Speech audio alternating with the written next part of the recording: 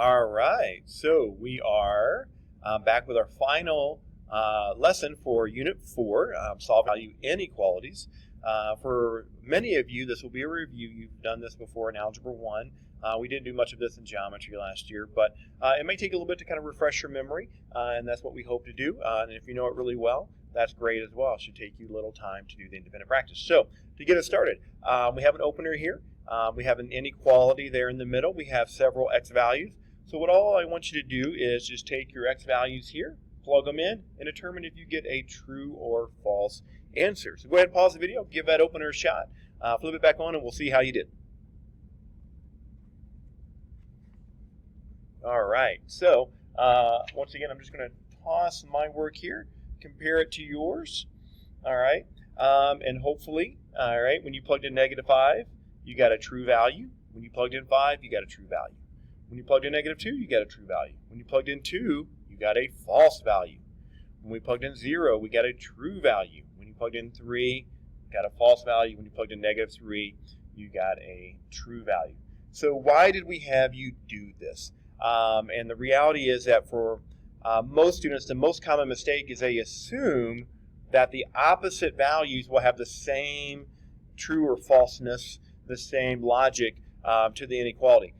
And that's not always true. So you can see while -5 and 5 are both true, -2 and 2 are not both true.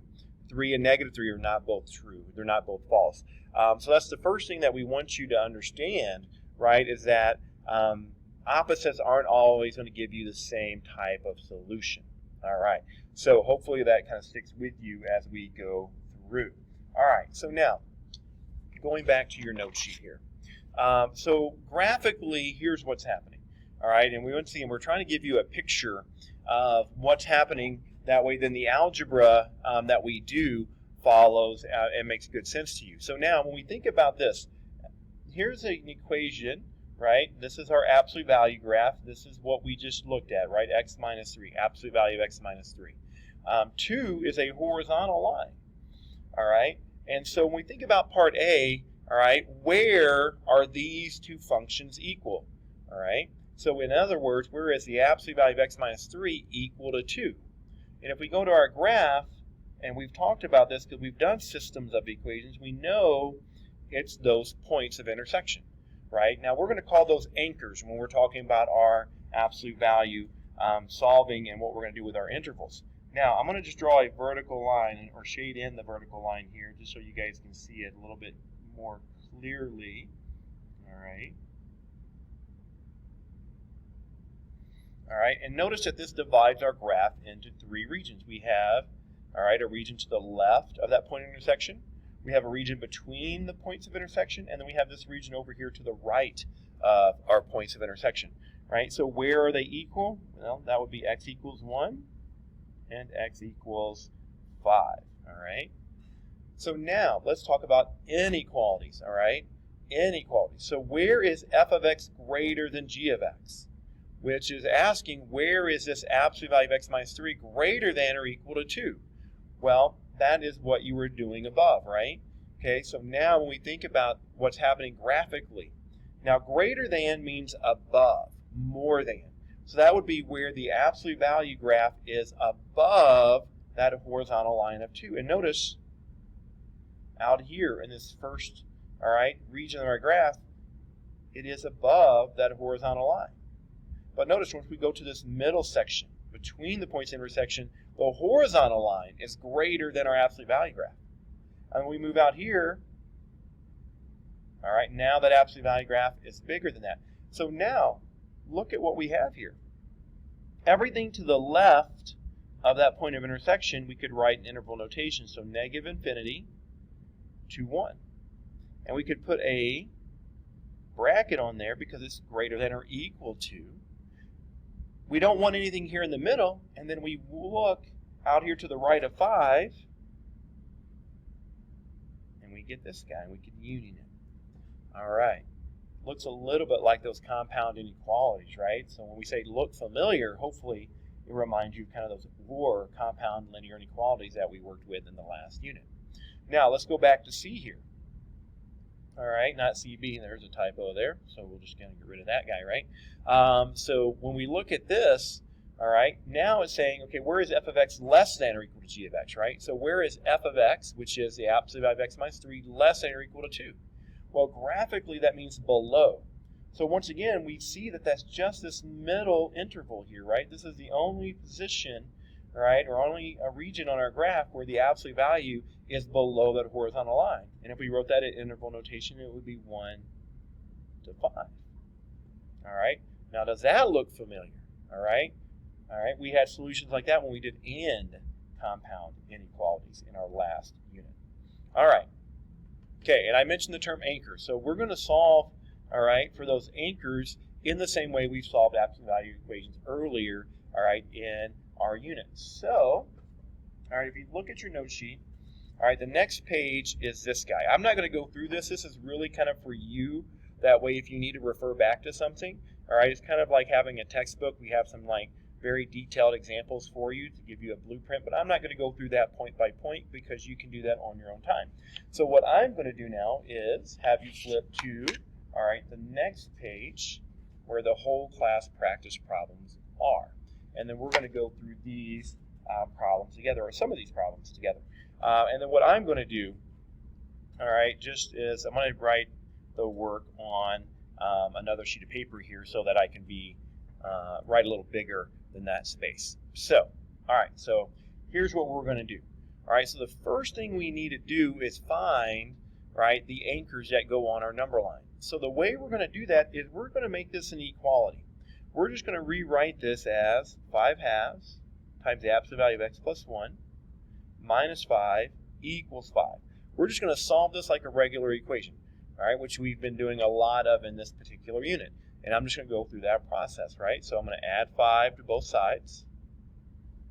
So 5 halves times the absolute value of x plus 1 equals to 10. All right? And now, once again, you can convert that to a decimal. All right? You can do multiply by the reciprocal of that fraction, whatever you want to do. So I'm going to multiply by 2/5. Multiply by 2/5. All right, that's 1.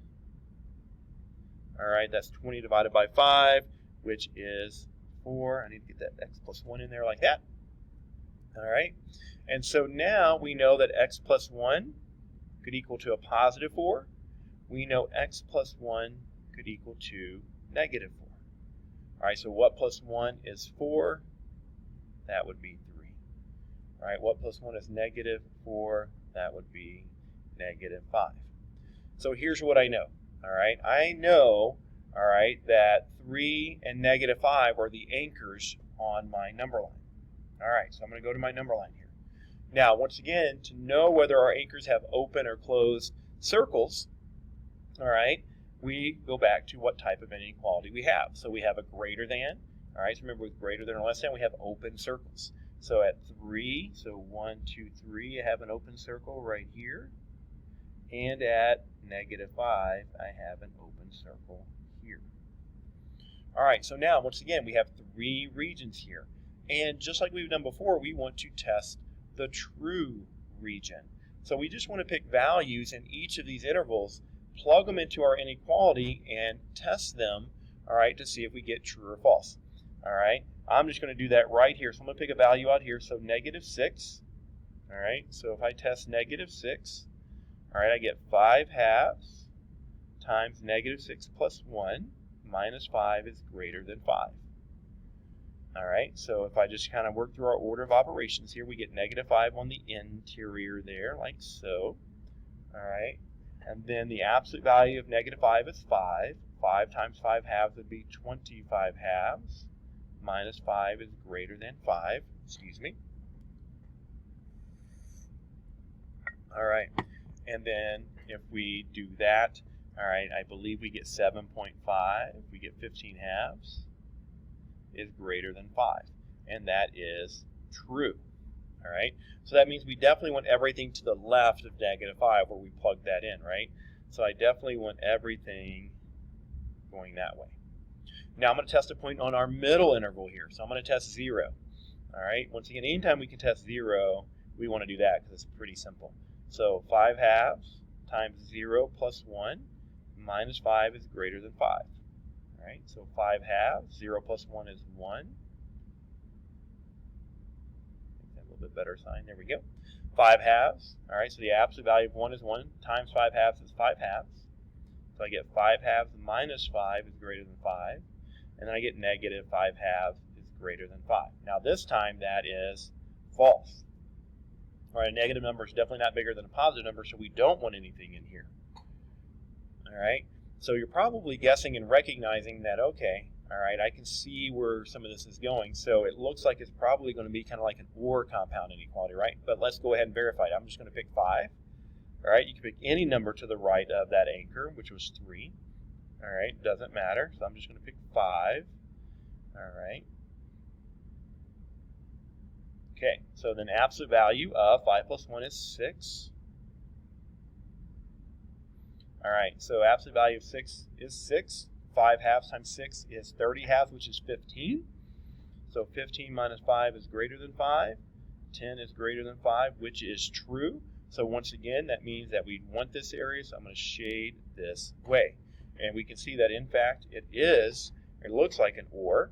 All right, now once again, we want you to write your final answer in interval notation. All right, so I'm going to write that right here. So we want everything to the left of negative 5. And since it's an open circle, we want that parenthesis. And then we're going to union that with everything to the right of 3. And once again, we're going to have a parenthesis on that because it's an open circle. And we're going to go to infinity. All right, so there is, all right, our solution in interval notation. All right, so let's move, all right, to number 2 here. Now, just like we did above, I'm going to go ahead and just cover this up, and I'm going to do my work right here to have a little bit more room. All right, and once again, we try to save a little bit of paper, so you may not have enough room as well. So feel free to kind of expand blank paper, line paper, whatever you would like. All right, so let's look at this one. So 4 absolute value of 2x minus 5 plus 1 equals to 21. All right, so once again, just solving for those anchors first, going through our same solving process that we've done several times. All right, throughout this unit. So I get that. All right, now I can divide both sides by 4. So I get 4 times the absolute, 4 is gone, sorry. Absolute value of 2x minus 5 equals to 5. And then now I can set up my 2 equations. So 2x minus 5 could equal to positive 5. 2x minus 5 could equal to negative 5. And then once again, we can solve. So 2x would equal to 10. X would equal to 5.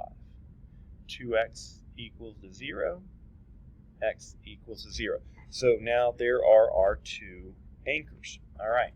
So now, if I put those anchors on our number line, all right, so once again, going back here, oh, you guys can't see that, so let me do that. All right, makes it easier when you guys can see it as well. All right, so going back to our inequality, we have to know whether we have an open circle or closed circle in our anchors. So since we have greater than or equal to, we know they're going to be closed circles. So I'm going to have an anchor at 0 and I have an anchor at 5. All right, now once again, we can pick values and test. All right, I'm going to pick negative 1. It's to the left of 0 there. And I'm just going to go through.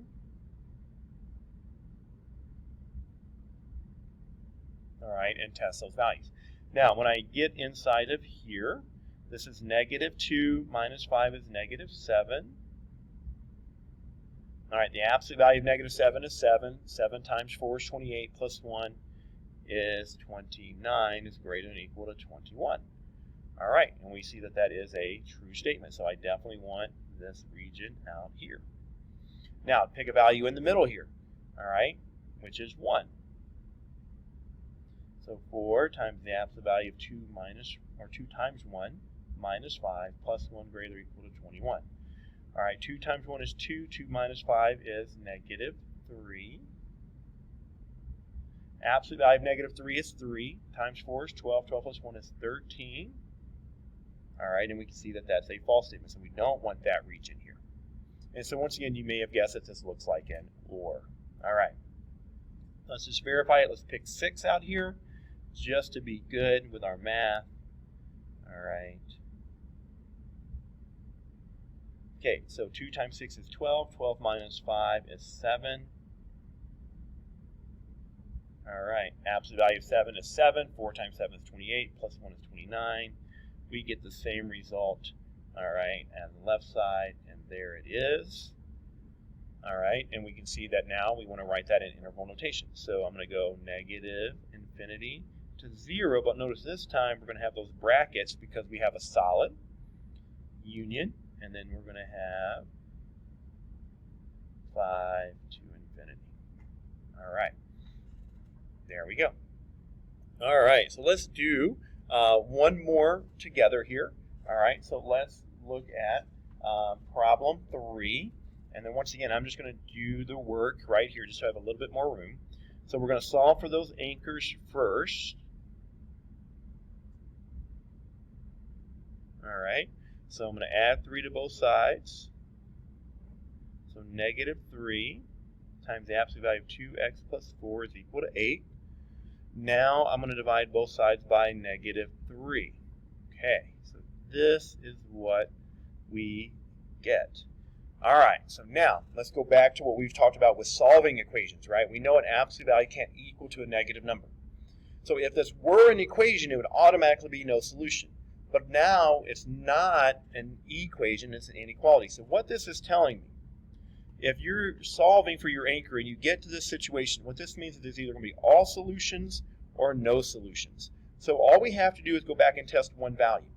Whatever that one value is, all the values are going to be like it. So if we pick a value and test it and it's false, that means everything's false.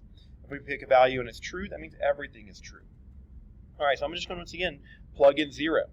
All right, so we're just going to test 0. It's the easiest thing to test. Okay, 2 times 0 is 0. 0 plus 4 is 4. Okay, absolute value of 4 is 4, times negative 3 is negative 12, minus 3, so I get negative 15 is greater than 5. That is false, which means everything else will be false, all right, which means this is, in fact, no solution. All right, so there's a quick review of solving absolute value inequalities. Hopefully a lot of this is coming back to you as we work through this. We'll do a little bit more work in class. Please be sure to do your video check-in, and we will see you next time.